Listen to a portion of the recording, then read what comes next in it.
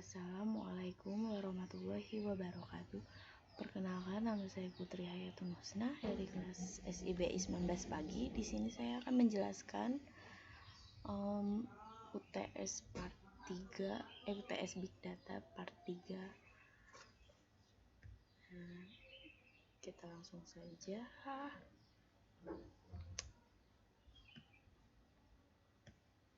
Di sini carilah sebuah dataset dengan format CSV dari Kaggle yang memiliki minimal 10 kolom dan 10.000 instak atau baris data.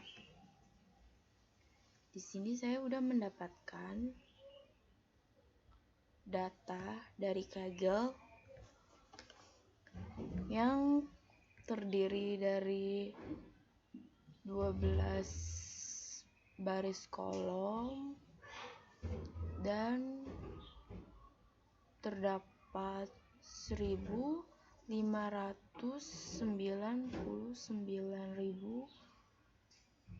baris instak atau baris data. Nah, ini data saya menggunakan data Winand Quality Rate dari Kaggle yang berbentuk CSV. Ini data saya, banyak banget ya. Selanjutnya di sini import library yang diprogram dalam tugas ini. Nah, di sini saya menggunakan import pinspark init, import spark section, terus import SYS.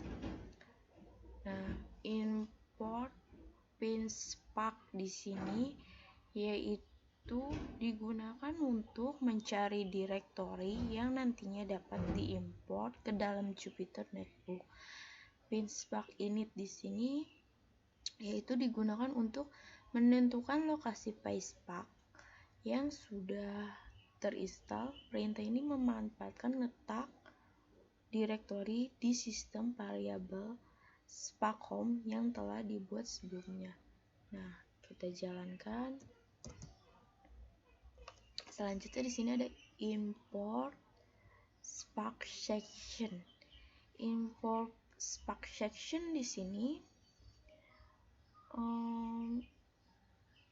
yaitu yang berhasil kita create akan direference oleh variabel spark, sehingga kita mengakses spark section objek adalah dengan cara mengakses variabel spark. Di sini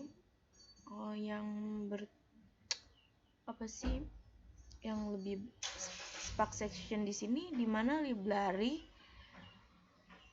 yang berada di dalam library yang lebih besar, yaitu library PySpark SQL. Dan selanjutnya juga di sini ada spark section builder, app name, data warehousing, getter, create. Nah, di sini spark section di sini yaitu sudah ada, maka kita gunakan. Jika belum ada, kita create spark section menggunakan getter create. Nah, kita jalankan. Selanjutnya di sini print PySpark and Python version. Import SYS di sini yaitu untuk mengetahui versi Python dan PySpark yang kita gunakan. Nah, ini kita jalankan aja. Nah, di sini terlihat Python versinya di sini 3.7.11 dan Spark versinya di sini 3.0.3. Selanjutnya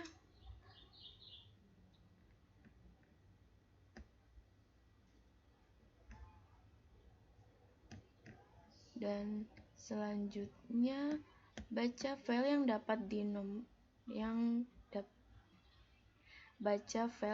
dapatkan di nomor 1 dengan terlebih dahulu men-set atribut, nama file, tipe file, apakah menggunakan header, tidak menggunakan inverse schema, separator yang digunakan. Nah, di sini saya menggunakan di sini ada file location. File location di sini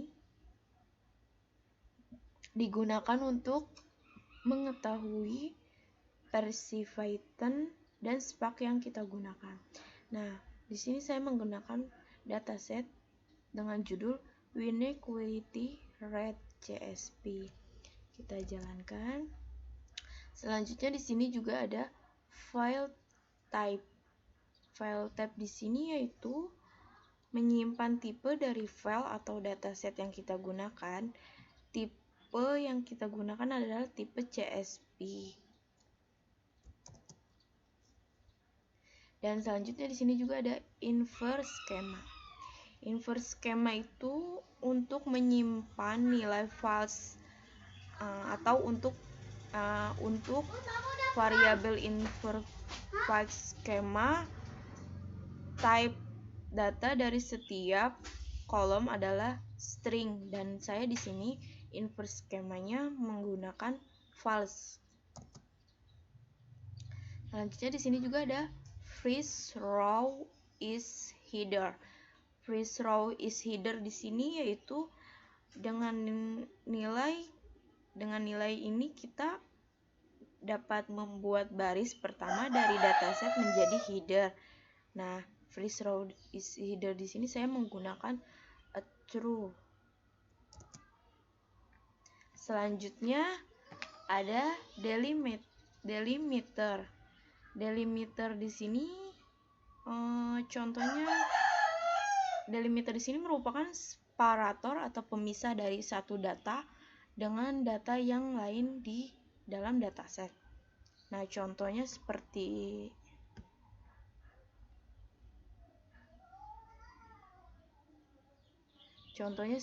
dalam dataset ini nih.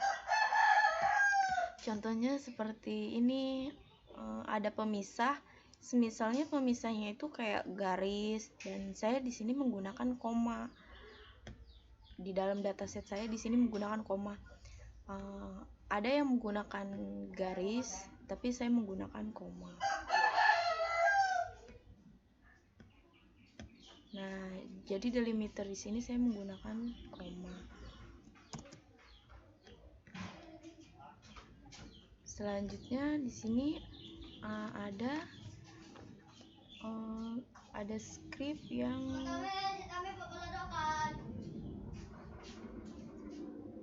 di sini tuh ada perintah df spark read format file tipe option inverse schema, option header, option save atau delimiter, load atau file location. Di sini ya, jadi di sini tuh untuk menyimpan files untuk variabel inverse schema, terus membuat variabel dengan nama freeze row is header dengan nilai true, dan option save delimiter untuk di sini tuh untuk nama menggunakan save delimiter ini di sini, dan nama filenya misalkan when quality rate, terus di sini nama filenya when quality rate. Nah, delimiternya di sini misalkan saya di sini delimiternya menggunakan koma. Nah, kita jalankan.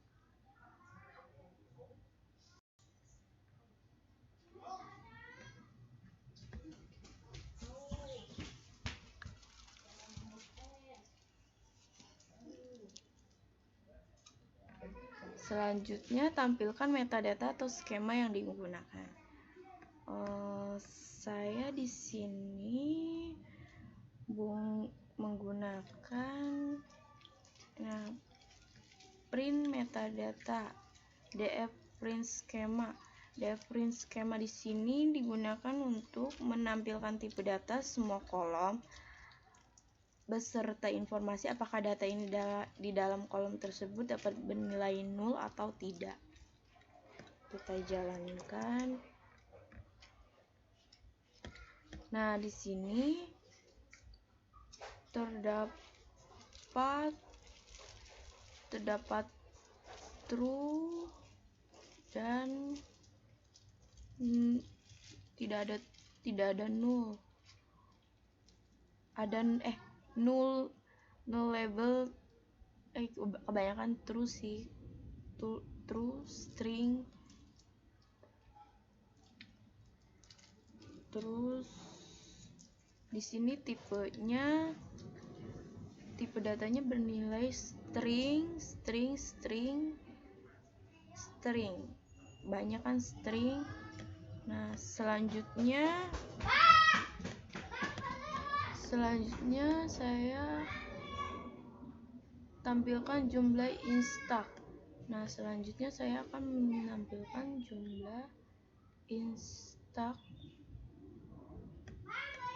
Nah, di sini ada account data, df.account.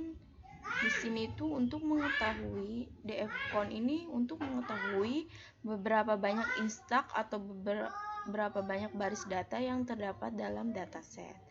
Nah, kita jalankan. Nah, jumlah total baris dalam dataset yang saya gunakan dataset ini, di sini ada 1599.000.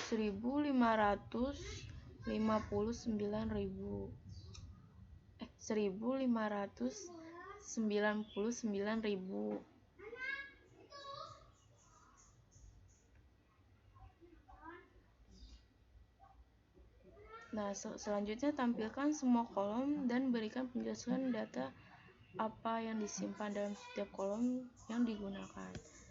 Selanjutnya, nah di sini df kolom, di sini saya menggunakan df kolom. Df kolom ini untuk menampilkan semua nama kolom dari sebuah dataset. Kita jalan.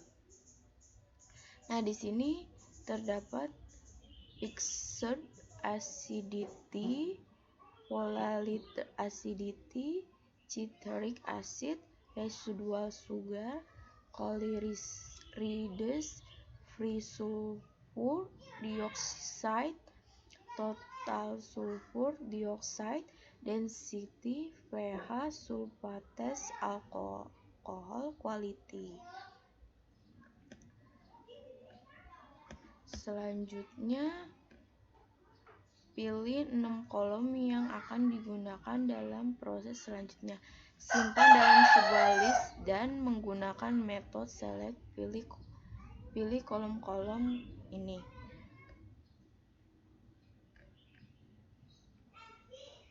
Nah, di sini saya menggunakan select kolom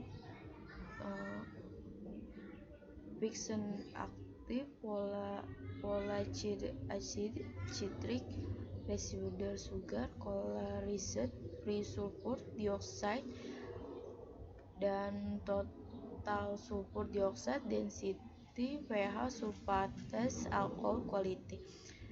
Nah, di sini kita jalankan.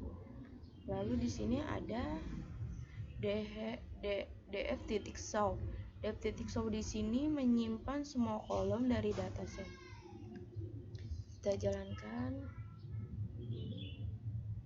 Nah, di sini akan terlihat ada data yang tadi kita gunakan. Di sini fixed acid, volatile acid, citric acid, residual sugar, colorides, free sulfur dioxide, total sulfur dioxide, density, pH, sulfates, alcohol quality. selanjutnya di sini cek missing value yang terdapat dalam dataset sedang diproses. Nah, di sini kita menggunakan form PySpark SQL. Ya, di sini saya memilih Pixset Ascended. Nah, kita jalankan. Nah, di sini terdapat missing value karena hasilnya 0, tidak terdapat missing value. Terus di sini df type di sini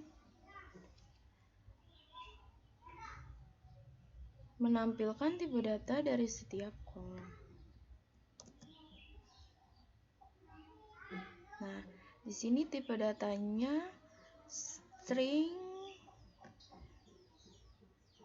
Pixset Ascended string, Polacet Ascended string, citric acid string, residual sugar string, Coresite string, free sulfur dioxide string, total sulfur dioxide string, density string, pH string, sulfate string, alcohol string, quality string.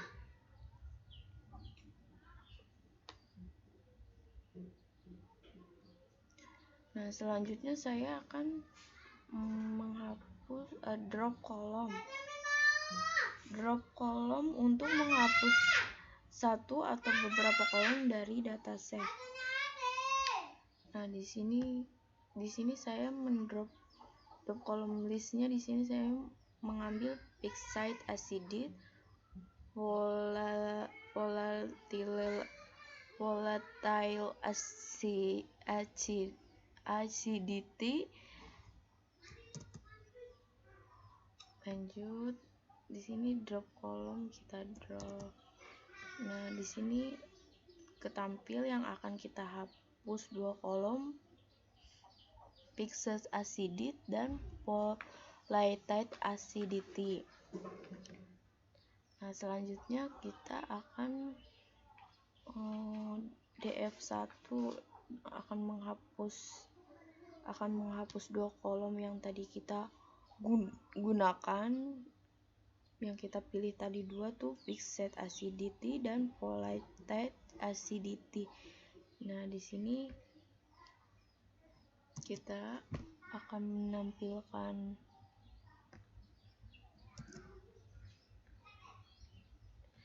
di sini df1 di sini telah tersimpan kolom yang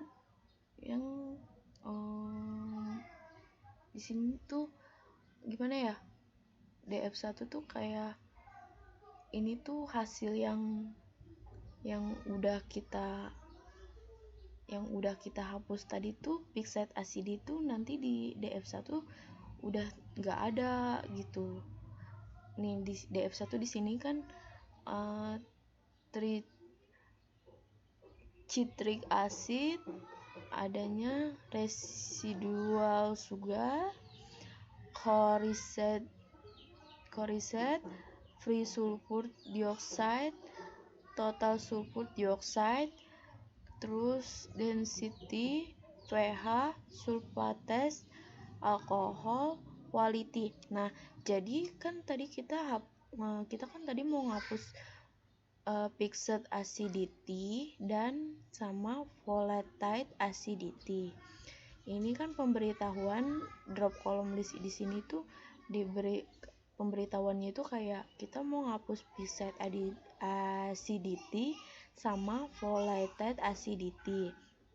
Nah, kita mau manggil df1 ini yang jadi data yang mau kita hapus tuh nggak ada di df1, tidak ada tampilannya di df1. Jadi yang ada keluaran di df1 di sini adanya citric acid, residual sugar, Corides, free sulfur dioxide, total sulfur dioxide, density, pH, sulfates, strength, alcohol, quality. Nah, selanjutnya di sini DF ini di sini data yang sebelumnya. Jadi data yang apa sih? Kolom yang sebelumnya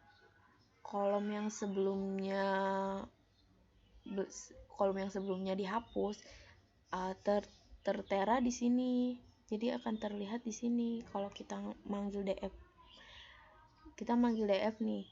Nah, kita kan tadi udah ngapus fixed acidity sama polylactic acidity. Nah, DF di sini tuh manggil yang dari awalnya belum di drop kolomnya. Nah, tertampil di sini fixed acidity, polylactic acidity, citric acid, residual sugar, chloride, free sulfur dioxide, total sulfur dioxide, density, pH, sulfates, alcohol, quality. Nah, jadi ini data yang sebelumnya belum dihapus. Kan tadi kita kan sudah mengambil 2 kolom kan untuk di drop kolom list. Jadi tertera di sini yang sebelum belum dihapus. Ini sesudah. Nah, sekian video dari saya. Wassalamualaikum warahmatullahi wabarakatuh. Sebelumnya mohon maaf kalau ada kesalahan. Wassalamualaikum warahmatullahi wabarakatuh. Terima kasih.